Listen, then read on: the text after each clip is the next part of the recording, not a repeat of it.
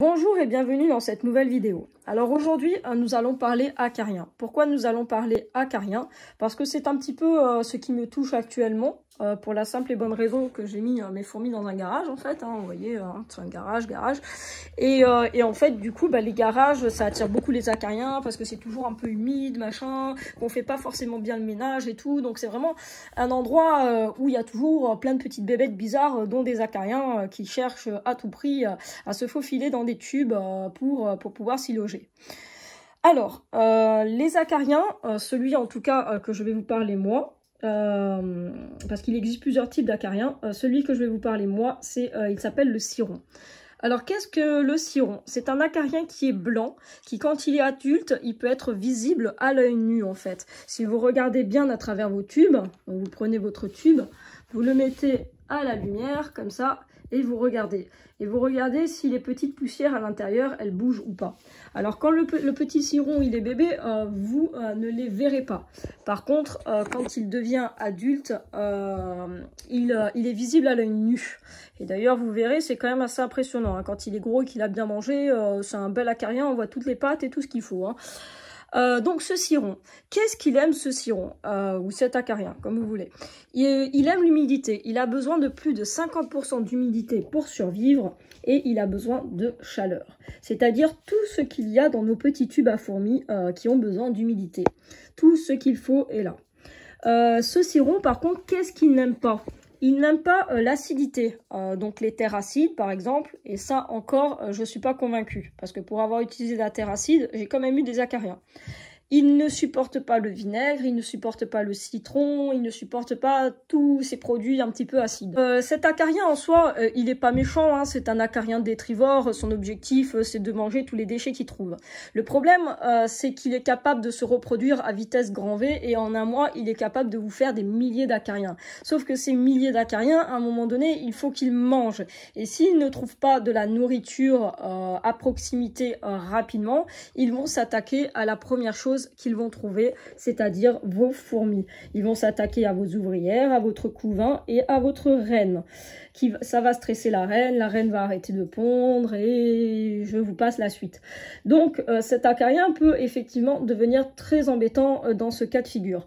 Donc quand on a des fourmis comme ça, ce qu'il faut c'est souvent les vérifier, souvent nettoyer les tubes de manière à éviter justement qu'il y ait des acariens qui soient à l'intérieur et que si jamais il y a des acariens qui rentrent dans les tubes, à force de les nettoyer tous les 2-3 jours, vous allez enlever les acariens. Donc parce que les acariens quand ils vont rentrer dans vos tubes, ils vont pas rentrer à 10 ou 20, ils vont rentrer à 3 ou 4. Le problème c'est que quand ils vont rentrer, c'est souvent des acariens qui sont adultes et qui sont capables de se reproduire très rapidement. Donc c'est ça en fait la réelle problématique. Donc pour éviter en fait ce genre de problème, il faut nettoyer les tubes et surtout confiner ces fourmis dans les tubes. Par exemple, je vais vous prendre l'exemple des Cruentatus ici, tout ce qui est... alors oui, vous avez remarqué, j'ai sorti les tubes, c'est pas trop cool? Allez, je vous les montre pas trop parce que c'est normalement la partie 2 du suivi d'élevage. Donc on va pas vous spoiler là. Alors, les Cruentatus, les Sanctus, Thoracicus, Fanchenkoi, et j'en passe, c'est des fourmis en soi qui ne vont pas avoir de problème d'acariens parce qu'elles vivent dans un environnement sec et comme je l'ai dit précédemment, les acariens ont besoin de plus de 50% d'humidité. Du coup, ils n'ont pas intérêt à venir là-dedans, surtout quand on voit les bébêtes que c'est. C'est quand même assez bien costaud, elles vont pas se laisser faire, faut dire ce qui est... regardez, à mon avis, si un acarien il tente de rentrer là-dedans, à mon avis, il va prendre cher. Donc, en soi, toutes ces fourmis-là, elles vont pas poser de problème. Ce qui va poser des problèmes, c'est ces tubes qui sont à moitié vides. Regardez-moi ça. Vous voyez? Et à moitié vide. C'est quoi ça? Eh bien, les filles, et vous pouvez pas augmenter un petit peu le nombre, là? Non? Vous voulez pas? Bon, tant pis, Bon, donc, ces tubes-là, par exemple, ce tube-là, comme celui d'à côté, c'est des tubes qui sont suffisamment remplis pour pouvoir venir à bout de 3 ou 4 acariens qui vont rentrer. Elles vont pas se laisser faire. Là, les Niniperdus, par contre, c'est un peu plus compliqué. Elles sont timides, discrètes, elles vont passer en diapose, etc. Enfin, du coup, un acarien qui rentre, elles vont pas forcément l'attaquer. Et puis, l'acarien, une fois qu'il sera dedans, vous inquiétez pas, qui sait ce qu'il faut faire. Alors, je vais vous prendre l'exemple, en fait, de ce tube pour vous raconter un petit peu le fonctionnement d'un acarien. Alors, qu'est-ce qui va se passer? Imaginez, bon, déjà, je vais revenir un petit peu sur ce tube, ce qui s'est passé avant. Ce tube, il n'y a pas d'acarien, hein. Attention, je n'ai pas eu d'acarien, ni sur les mini-perdus que vous voyez là. Pour l'instant, je n'ai pas trouvé d'acarien. Mais on va faire le scénario dramatique. Et moi, je préfère toujours faire des scénarios dramatiques et gérer la crise avant que ça n'arrive, plutôt que me dire « Oh là là, mon Dieu, je suis en panique, mon tube, il est rempli d'acariens. » Non. Donc, on va faire le scénario dramatique, vous allez voir, c'est super rigolo. Ce tube, alors ce que j'avais fait en fait, c'est qu'à l'époque, il était pratiquement sec, il y avait très peu d'humidité parce que les Herculanus sont capables de vivre dans un tube sec ou dans un tube légèrement humide, genre 15%. Sauf que comme elles n'arrêtaient pas d'aller sur le réservoir d'eau et de me mettre du couvain dedans, je me suis dit, eh là là, ce serait trop cool si je rajoutais de l'humidité à l'intérieur. Donc j'ai rajouté de l'humidité, mais là, malheur, franchement, j'y suis allée peut-être un peu trop fort et du coup, toute cette zone-là est trop humide, les fourmis ne veulent plus y aller. Bon, ça, en soi, bon, c'est pas très très grave. Mais maintenant, je vais vous faire le scénario catastrophe. Donc j'ai toutes mes colonies qui ont eu plus ou moins des petits soucis d'acariens. Enfin, toutes les colonies, j'exagère, hein, la moitié des colonies. Imaginez, là, machin, je sais pas, je la mets à côté d'une colonie qui a un acarien et l'acarien, il se dit, tiens, je vais aller visiter le tube d'à côté, voir s'il est mieux. Donc il va rentrer ici, en fait. Et les Herculanus, s'ils essayent d'attaquer le couvain, franchement, elles sont pas bêtes, elles vont se défendre, elles vont les manger. Hein. Sauf que le petit acarien, il est pas bête non plus, hein. Il se dit, oh là là, des prédateurs et tout, je vais peut-être pas rester trop là. Donc il va tenter de passer de l'autre côté. Puis une fois qu'il va arriver là, il va se dire, oh là là, c'est trop bien, c'est super humide et tout. Et en plus, il n'y a pas de prédateurs. Peut-être que je pourrais rester ici et me reproduire. Donc, petit acarien, il va rester ici, il va se reproduire. Et en l'espace de 3 semaines, 1 mois, vous allez avoir des milliers d'acariens, donc de la petite poudre blanche là qui va se déplacer là. Enfin, c'est un peu dégueu quand même. Mais bon, vous allez avoir plein de petites poudres blanches, plein de petits acariens. Sauf que ces petits acariens, quand ils vont naître, ils vont être tout affamés. Ils vont se dire, mais elle est où la nourriture là? Elle est où? Donc, qu'est-ce qu'ils vont faire? Ils vont s'attaquer à la première chose qu'ils trouvent, c'est-à-dire vos fourmis, votre couvain et votre reine. Et là, ça va devenir très problématique. Et ça va devenir encore plus problématique parce que cette colonie, elle doit partir en diapause en septembre, en même temps que ma Nini-Perdus. Elle a déjà commencé à ralentir le rythme. Là, elle a 2 à l'heure depuis déjà 2 semaines. C'est un truc de fou. Donc là, qu'est-ce qui va se passer? Imaginez, je la mets en diapause dans un gros tube comme ça. Imaginez, elle se prend une attaque d'acariens pendant la diapause. Je suis incapable de pouvoir les sortir d'un tube comme ça. Donc là, ma mission, et là c'est là que ça va devenir rigolo pour les prochains jours qui arrivent, c'est que je dois tenter de les sortir de là. Écoutez, moi j'ai envie de vous dire bon courage à moi-même.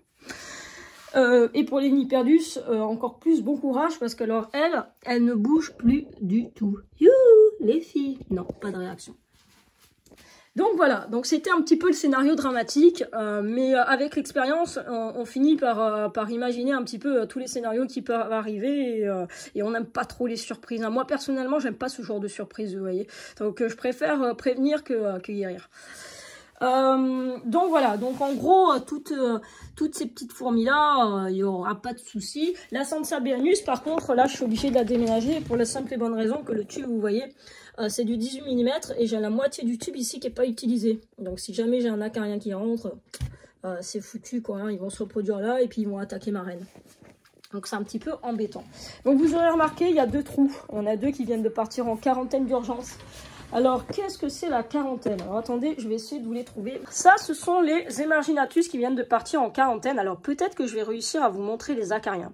Elles ont eu, en fait, pour vous expliquer un petit peu grosso modo, c'est que ici, il n'y a pas d'acariens parce que ici, elles les tuent. Hein. Vous voyez le nombre qu'elles sont, hein, franchement... franchement, si elle tue pas des acariens, là, je sais pas ce qui se passe. Ici, en fait, de l'autre côté, compartiment qui est vide, les acariens, ils sont pas bêtes. Les fourmis, elles se laisser du poulet, des restes de poulet. Donc, l'humidité, la chaleur et les restes de poulet, vous imaginez que le petit acarien, quand il est arrivé là, il s'est dit, hop, là, c'est trop cool, chaleur, nourriture, humidité, c'est trop top, on va venir loger ici. Les fourmis en plus elles ne sortaient, elles ne venaient dans ce compartiment que pour aller manger, donc franchement elles passent pratiquement pas souvent quoi. Et puis elles envoient toujours une ouvrière, donc franchement ça va. Donc les petits acariens franchement ils étaient tranquilles, ils se sont dit super, un loft pour nous et tout, on va s'éclater quoi. Donc ils se sont reproduits là-dedans et maintenant j'ai plein de petits acariens qui se promènent, j'ai du moyen, du petit, du gros, enfin il y a de tout. Je sais pas si on va réussir à les voir franchement. J'aurais bien aimé vous les montrer parce qu'ils sont quand même assez costauds, hein. J'en ai Ah, si. Je vais vous faire un trait sur la vidéo, là, pour que vous puissiez le repérer. Je pense que ça doit en être un. De toute façon, il y a plein de petites taches blanches. Hein. Vous les voyez, les petites taches blanches? Ben, il y en a, c'est des acariens. Hein. Du coup, les Emarginatus sont en quarantaine. Le problème qui se passe, c'est que moi, un tube comme ça, je peux pas le brancher à un autre tube, parce que si je le branche à un autre tube, qu'il soit sec ou qu'il soit humide, les acariens, ils vont aller dans le nouveau. Ils sont pas bêtes non plus. Ils vont se dire, ah super, on a branché un autre tube, bon tiens, on va aller voir ce qui se passe de l'autre côté.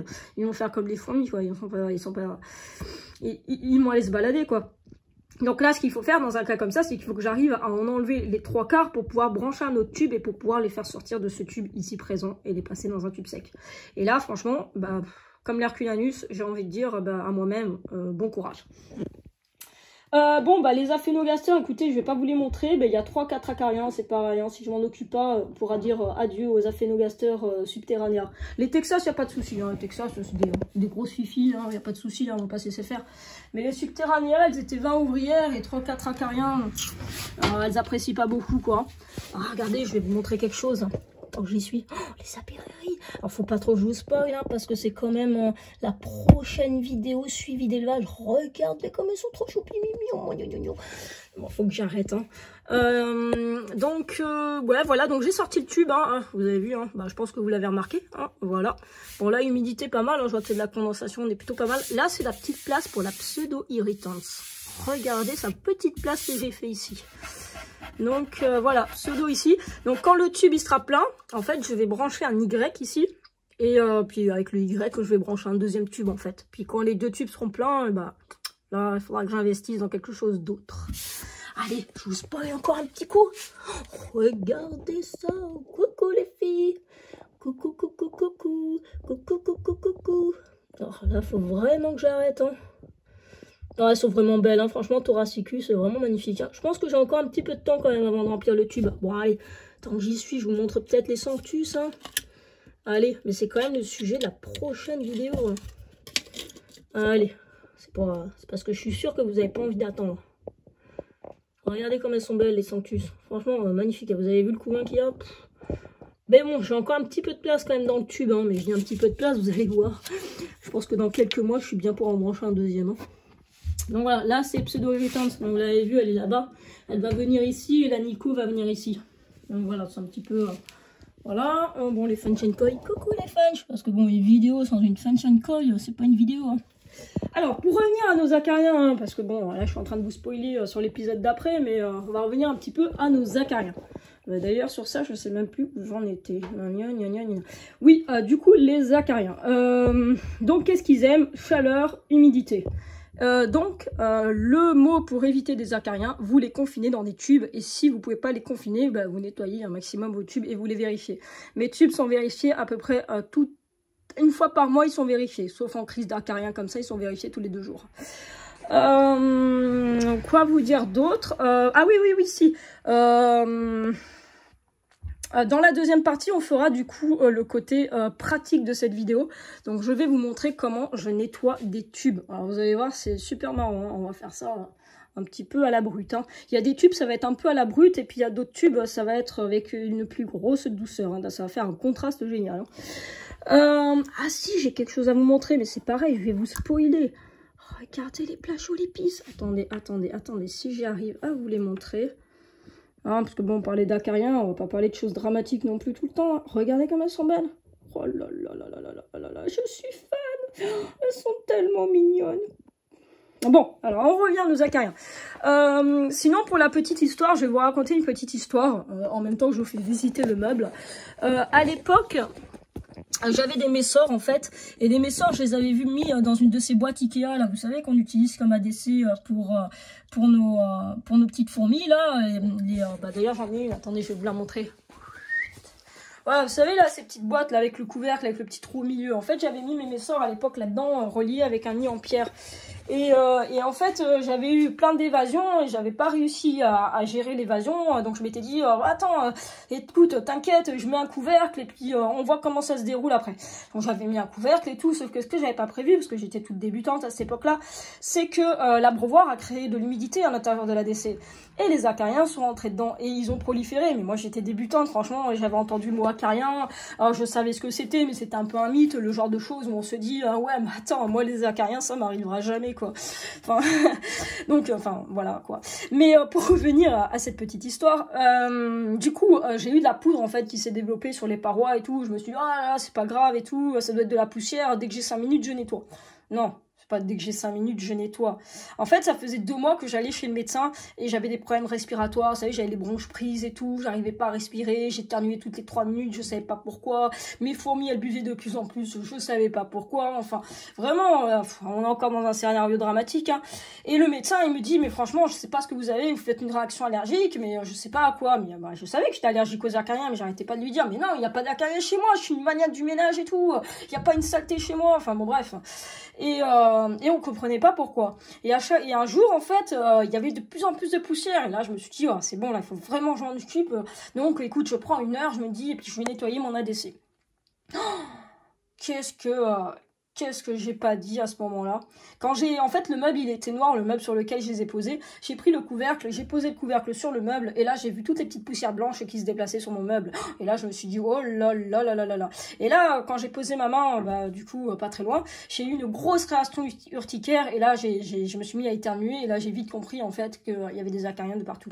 Donc là, premier réflexe, j'ai vidé ma bibliothèque en entière, parce que je suis allergique aux acariens, donc il était hors de question qu'il y ait un acarien qui reste dans la maison. Donc j'ai tout vidé, j'ai tout mis au soleil pour tout tuer, tout nettoyer. Enfin, j'ai passé des heures à nettoyer ma bibliothèque. Vraiment, franchement, j'ai été grave dégoûtée.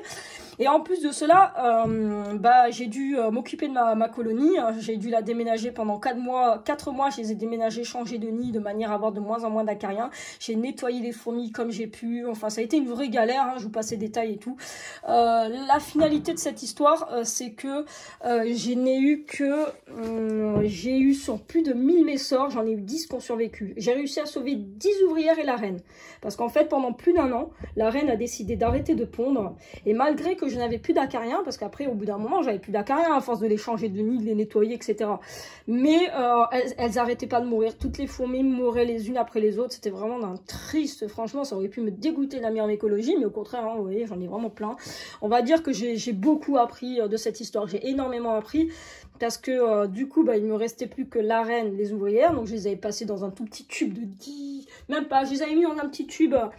dans un petit tube comme ça, je les avais mis. Un petit peu plus petit, diamètre en dessous, je crois. Mais au final, j'ai beaucoup appris parce que pendant ces 4 mois où j'ai passé tout mon temps à les déménager et tout, j'ai essayé de comprendre les acariens, d'essayer de comprendre leur fonctionnement, essayer de comprendre comment les fourmis, elles interagissaient avec les acariens. Et franchement, de tout ça, qu'est-ce qu'on aura retenu? Confinez vos fourmis. Voilà, je crois que j'ai pas d'autres mots à dire, confinez vos fourmis. Alors après, il y en a qui vont vous donner plein de méthodes, mettez du citron dans les ADC. Alors, soit dit en passant, c'est ce que je vais prochainement faire. Mettre justement des petits trucs un peu dans les ADC. Il y en a qui proposent de mettre des colomboles dans les ADC, etc. machin, sous prétexte que ça mange les acariens. Personnellement, je suis pas fan. Pour avoir des colomboles dans mes cloportes, c'est chiant, il y en a de partout, ça saute dans tous les sens. Et franchement, j'essaie pas de me débarrasser d'une autre bestiole en essayant d'en mettre une autre. C'est vraiment pas mon truc. Donc moi, je suis un peu, vous voyez, mes ADC c'est propre, c'est nickel, j'essaie toujours de faire en sorte que ça soit le plus propre possible. Donc voilà, donc du coup je suis pas là pour rajouter des animaux pour en tuer un autre, surtout des colomboles qui sont quand même assez envahissantes. Et puis des colomboles, c'est un peu le même principe, si elles trouvent plus à manger, c'est pas dit qu'elles s'attaquent pas à vos fourmis. Donc je suis un petit peu mitigée sur cette méthode en tout cas. Donc moi je préfère le confinement, on confine les fourmis, on vérifie tous les mois et c'est toujours mieux. Vous voyez là, franchement, j'ai une grosse attaque d'acariens et je l'ai quand même pris assez sereinement, je l'ai géré quand même assez bien.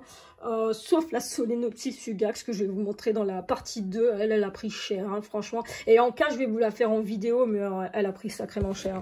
Mais c'est la seule qui a pris cher. Les autres, franchement, il y a eu, à part les marginatus, où effectivement, j'ai dû bien en avoir une 50aine. Les autres, je vais dire, c'est franchement gérable. Et la phénolaceur subterranea, il y en a 4-5. Si je laisse, ouais, ça va pas être cool. Là, vous voyez, j'ai les crématos. Alors, les crématos, les tubes là, je les avais fait justement exprès. Parce que vous voyez, cette fourmi qui est là et cette fourmi qui est là, ce sont des crématos. Et à l'époque, en fait, elles ont eu des attaques d'acariens. Et donc, de cette attaque d'acariens que j'ai eu ici, j'arrive. De cette attaque d'acariens que j'ai eu ici, en fait... j'ai tout passé en tube sec. Voilà, latéralise tube sec et crémato tube sec. Alors c'est énormément de travail parce que du coup tous les 2-3 jours je suis obligée de leur donner à boire de liquide sucré et des protéines. Donc c'est énormément de boulot. Mais dans une prochaine vidéo, parce que je vous l'avais déjà promis, je ne l'ai toujours pas faite, dans une prochaine vidéo je vous montre comment je nourris tous ces tubes secs. Voilà, alors je parle un petit peu vite hein, parce que j'essaye d'en dire le plus possible dans un minimum de temps parce qu'à mon avis là on est déjà à 20 minutes. Quoi vous dire d'autre? Et ben voilà, je vais faire un petit coup de gueule, donc juste de suite. Je vais en profiter, je vous mets d'ailleurs les Thoracicus en fond, comme ça vous les voyez bien, comment elles sont magnifiques, si j'arrive à faire la mise au point. Je vais faire un petit coup de gueule aussi pour terminer cette vidéo, en tout cas terminer cette première partie théorique. Je vois beaucoup sur internet certains qui tuent leurs reines ou leur colonie pour cause d'acariens. Moi, c'est quelque chose qui me rend dingue et qui pour moi n'est pas concevable. Pour la simple et bonne raison que c'est comme si vous me disiez je vais aller euthanasier mon chat parce qu'il a des puces et des tiques. Pour moi, c'est la même chose. On ne tue pas une colonie ou une reine parce qu'il y a des acariens. On s'en occupe jusqu'au bout. C'est un être vivant, on en est responsable. Du coup, je voulais vraiment faire ce coup de gueule parce qu'il y en a qui prennent ça comme des insectes. Voilà, je la tue et je la remplace. Non. Parce que moi, si j'avais dû faire ça sur toutes mes colonies, j'aurais euthanasié la moitié de mes colonies. Or, actuellement, toutes mes colonies se portent bien parce que je m'en suis occupée. Donc, voilà. Donc, pour moi, ça revient à aller euthanasier un chat parce qu'il a des puces et des tiques. Donc, s'il vous plaît, si vos colonies ont des acariens, ne les tuez pas, d'accord? Ça ne sert à rien. C'est vous les mettez dans une quarantaine et vous vous en occupez. D'une, vous allez apprendre beaucoup de choses. Vous allez apprendre à connaître les acariens, à connaître leur mode de fonctionnement. Et c'est toujours super intéressant d'apprendre des choses. Donc, la morale de l'histoire, c'est du coup, c'était vraiment un coup de gueule contre certaines choses que je peux voir sur Internet qui me rendent un petit peu dingue.